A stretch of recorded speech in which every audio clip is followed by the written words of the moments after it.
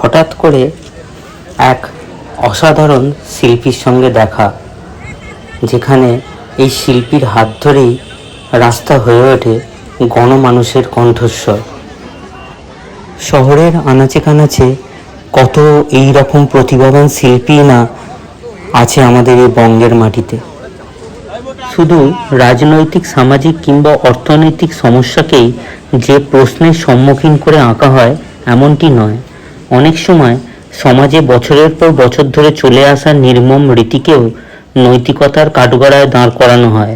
ব্যঙ্গাত্মক ভঙ্গিতে সমাজের রীতিনীতিকে প্রশ্ন করায় এই শিল্পীদের জুড়িমেলা ভার।